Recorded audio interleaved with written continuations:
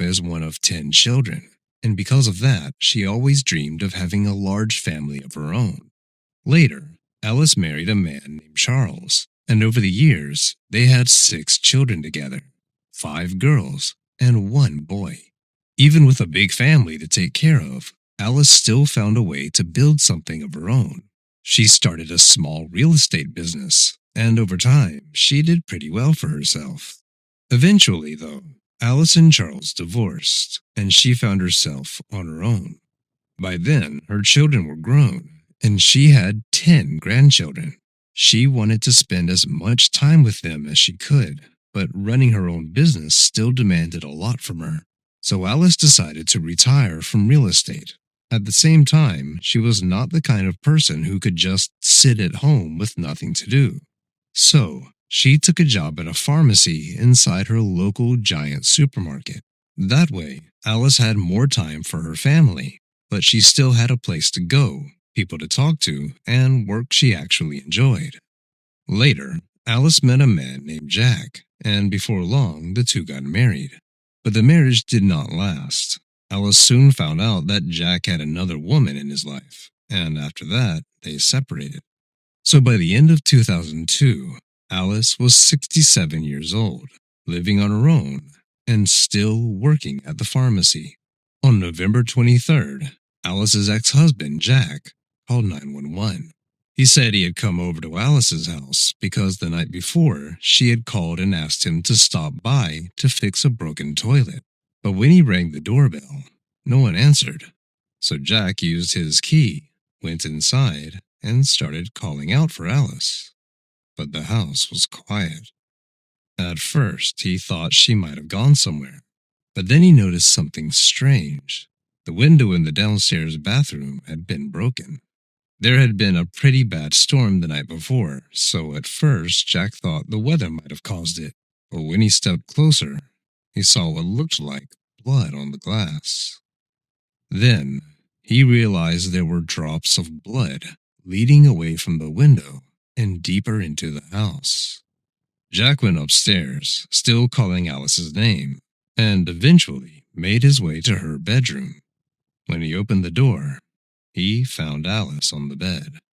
Part of her clothing was missing, and almost immediately, Jack understood that there was nothing he could do to help her. Police arrived at the house and began processing the scene. From the very beginning, it was clear they were dealing with a brutal murder. Alice's body was covered in scrapes and scratches, which suggested there had been a long struggle. Part of her head had also been wrapped in tape, and her hands had been tied. Later, the medical examiner determined that Alice had died from strangulation and confirmed that she had been sexually assaulted. He also found several hairs on her body that clearly did not belong to her. As for the time of death, the examiner believed she had been killed late in the evening or sometime during the night. Based on the scene, detectives believed the blood on the broken glass downstairs had to belong to the killer. Most likely, he had broken the bathroom window to get inside and cut himself while climbing in. After that, he attacked Alice, and she fought back. At some point during the assault, he taped her mouth and wrapped tape around part of her head before eventually strangling her. After the murder, the killer appeared to have left through the bedroom window on the second floor, which had been left open. Detectives believed he probably did not want to crawl back out through the broken glass downstairs and risk cutting himself again. The blood samples from the window, along with the hairs found on Alice's body, were sent to the lab, but the results were expected to take at least several weeks. In the meantime, police quickly ruled out a robbery gone wrong. There were plenty of valuables inside Alice's house, but the killer had not taken anything, not even cash that had been left out in plain view. After that, detectives began looking at the most obvious people first, and naturally, their attention turned to Jack. At first, he stood out simply because he was the person who had found Alice's body. But before long, investigators had more serious reasons to wonder whether he might have been involved. When detectives spoke with Alice's family, they learned Jack's affair had not been the only problem in the marriage. Jack owned a business, and when Alice first met him, he had presented himself as a successful businessman. But in reality, his company was struggling and close to bankruptcy. Over time, he kept borrowing money from Alice just to keep the business alive. But no matter how much she helped him, it was never enough, and his money problems only kept getting worse. Then, detectives found another detail that made Jack look even more suspicious. Alice had a pretty sizable life insurance policy, and if she died, it would pay out a large amount of money. But instead of going to Alice's children, that money would go to Jack. Because even though he had moved out 11 months before the murder, he and Alice were still legally married. So now, detectives had a possible financial motive right in front of them. If Jack collected the insurance money, it could help him solve the business problems that had been closing in on him. And before long, he became their main suspect. But Jack insisted he had an alibi, and police were quickly able to confirm that he had been somewhere else when Alice was killed. He also agreed to give a DNA sample, although detectives would still have to wait for the lab to get to the evidence. There was another reason Jack did not fully fit. As we remember, the killer appeared to have left through a second-floor window and then climbed down through the roof. The window was quite small, and detectives were not sure Jack could have fit through it. On top of that, he was not a young man, so they had a hard time believing he could have climbed out that way and gotten down from the roof without hurting himself. Detectives kept looking through people in Alice's life, and before long, another man caught their attention. His name was Mike, and he was dating one of Alice's daughters. What stood out to investigators was one very specific detail. Mike's hand was bandaged. When detectives started asking him questions, his answers only made them more suspicious. They asked what had happened to his hand, and Mike said he had punched a wall because he had trouble controlling his anger. Investigators also learned that Mike's own mother had a restraining order against him, which meant he was legally banned from going near her. Mike explained that by saying his mother had serious mental health problems and that he had not actually done anything wrong. To detectives, all that sounded suspicious, but Mike gave them an alibi, and Alice's daughter confirmed that she had seen him punch the wall, which explained why his hand had to be bandaged. Mike also gave police a DNA sample, and once again, detectives were left waiting for the lab results. Sometime later, that report finally came back. The blood from the broken glass in Alice's house belonged to an unknown man, and his profile was not in the FBI database. It also did not match Jack or Mike, which meant both of them could finally be ruled out. On top of that, experts said that the hairs found on Alice's body most likely came from an African American man, although they could not say that with complete certainty. So just like that, the two most obvious suspects were gone, and detectives were almost back where they had started. Based on the scene, police strongly believed the killer had known Alice. To them, it looked as though he had gone into her house for one specific reason: to sexually assault her. That meant this did not feel like something that had happened by chance. It looked planned. Detectives asked Alice's family and friends if she had any enemies, but no one could think of a single person who would want to hurt her. From everything they knew, Alice was open, kind, and easy to like. Because she worked at the pharmacy, she was also well known around town, and people respected her because she treated customers with the same care and patience she would have shown to someone in her own family. That made detectives start looking at the people who may have crossed paths with Alice through her job. They wondered if the killer could have been one of her coworkers, or maybe even a customer. Since Alice worked around prescription medication, they also considered the possibility that someone struggling with addiction may have targeted her, held some kind of grudge, or something like that. But the pharmacy employees were ruled out pretty quickly, and the idea that a customer may have been involved did not lead anywhere. Police also decided to check every male employee at the supermarket where the pharmacy was located. More than 240 people worked there, so it took detectives a while to go through them, but the path ended in another dead end. Over the next several months, investigators found almost nothing new, and it began to feel like the case was slipping away from them. They kept speaking with Alice's neighbors and handing out flyers in the area, hoping someone might remember something useful. At one point, detectives learned that one of Alice's neighbors, who lived directly behind her house, had an old conviction for sexual assault. They looked into him immediately, but once again, that lead went nowhere. On the night Alice was killed, the man had been in another state. By July 2003, 8 months after Alice was killed, investigators were running out of places to look, so they decided to start over. They pulled the case file back out and went through it piece by piece, looking for anything that might have slipped past them the first time. And when they reached the records for the supermarket employees and their alibis, one detail suddenly jumped out. There was a 24-year-old employee named Jeffrey who had shown up for work the day after the murder, but according to his time card, he had stayed for only 15 minutes before leaving. Detectives went to speak with his supervisor, who told them that Jeffrey had come in that day with a deep cut on his hand, and it was bleeding. Since Jeffrey's job involved stocking merchandise, his supervisor could not let him stay at work like that, so he sent him home. That immediately caught the detectives' attention.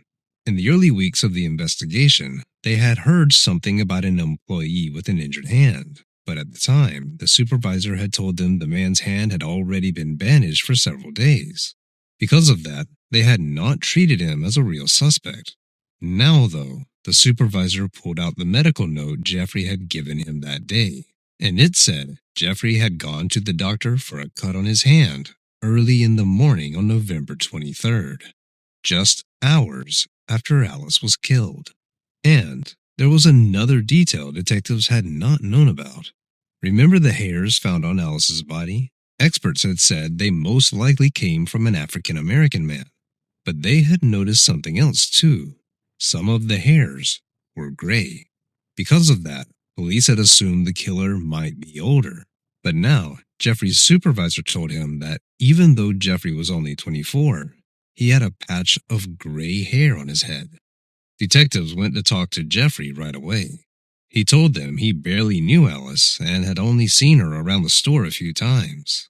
Still, he remembered her as someone kind, someone who treated people well. Then, detectives looked at his hand and saw a scar.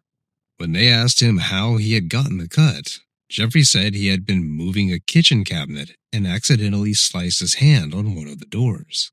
Investigators immediately asked if that cabinet was still at his house, and Jeffrey said it was. He even offered to show it to them, and the detectives took the opportunity right away. They knew they would not be able to see anything useful without proper lab testing, but that was not the point. Jeffrey had just invited them into his home without a warrant, and they could not pass that up.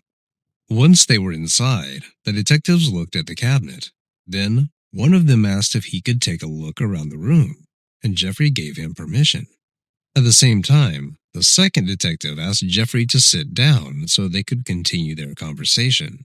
He positioned Jeffrey with his back to the center of the room, so he would not be able to see what the other detective was doing, and then he kept asking him questions, trying to keep him distracted. Both detectives knew that if Jeffrey suddenly told them to leave, they would have no choice but to walk out, so they tried to keep him calm and make the conversation feel as normal as possible. Jeffrey started talking about how he went to church regularly and sang in the choir, and at one point, he even agreed to sing a church song for them. While one detective pretended to be interested in the performance, the other quietly made his way over to a plain cardboard box and looked inside. What he found was something even an experienced detective was not prepared for. Inside the box was a roll of tape with long blonde hairs stuck to it. and that was only the beginning. Next to the tape was a mask from the movie Scream, and on it, the detective could clearly see dried red stains. He put the box back exactly where it had been and signaled to his partner that it was time to wrap things up. The detectives told Jeffrey they wanted to continue the conversation at the station. They also offered to take him to lunch, and Jeffrey agreed to go with them. But as they were leaving, the detectives noticed one more suspicious detail in the hallway. There was an old calendar from the previous year hanging on the wall. When one of the officers looked at the date of the murder, November 23rd, he saw a note written beside it. "My love, what a day." Police asked Jeffrey what it meant, and he said he had just gone to a good party that day. After that, they took him to the station. While the detectives kept Jeffrey busy there, their colleagues got a warrant to search his house. During the search, they seized the roll of tape and the scream mask, and they also found a black cloak or cape. On top of that, they discovered women's underwear hidden inside the home. Meanwhile, back at the station, detectives slowly started moving the conversation towards Alice's murder. Eventually, they made it clear that they believed Jeffrey was the one who killed her, but at first, he denied everything. Then, they told him about the scream mask and that it was already on its way to the lab. That was when Jeffrey's story started changing fast. Only the new version he gave them was so bizarre that detectives did not believe a word of it. According to Jeffrey, he had been outside that night when two men he did not know suddenly started chasing him. He claimed that, to get away from them, he broke a window and climbed into Alice's house. And from there, his story became even more ridiculous. Somehow, he said, he accidentally ended up having sex with Alice and then left, insisting she was still alive when he walked out. To the detectives, it was one of the most absurd stories they had ever heard in all their years in law enforcement. They kept pressing him, and eventually, Jeffrey began telling them what had really happened that night. According to Jeffrey, he and Alice had spoken briefly at work the day before the murder, and after that conversation, he started thinking about having sex with her. The next day, he drove to her house, put on the scream mask and the cloak, broke the downstairs window, and climbed inside. Then, he made his way upstairs and went into Alice's bedroom. When Alice saw him, she screamed, and the two of them began struggling. During the fight, she managed to pull the mask off his face, and as soon as she saw him, she recognized Jeffrey. He then decided he had to kill her because she now knew his identity. He admitted that he had not originally gone there planning to murder Alice, and detectives believed that part. The fact that he had worn a mask suggested he had planned to keep his identity hidden, but once Alice recognized him, everything changed. After that, he tied her hands, taped her mouth, sexually assaulted her, and then strangled her. After finishing with a confession, Jeffrey was arrested, and sometime later, the DNA results confirmed what investigators already knew. The hair stuck to the tape and the blood on the scream mask belonged to Alice, and the blood found inside her house matched Jeffrey's DNA. But that was not all detectives found. During the search of Jeffrey's home, police found videotapes showing that he had been filming women he worked with at the supermarket. And based on those tapes, he had not only been watching them at work, he had been following them outside the store too, recording them without their knowledge. Later, every one of those women said they had no idea it was happening. On top of that, several of Jeffrey's coworkers told investigators that he had shown a clear interest in Alice and seemed almost obsessed with her.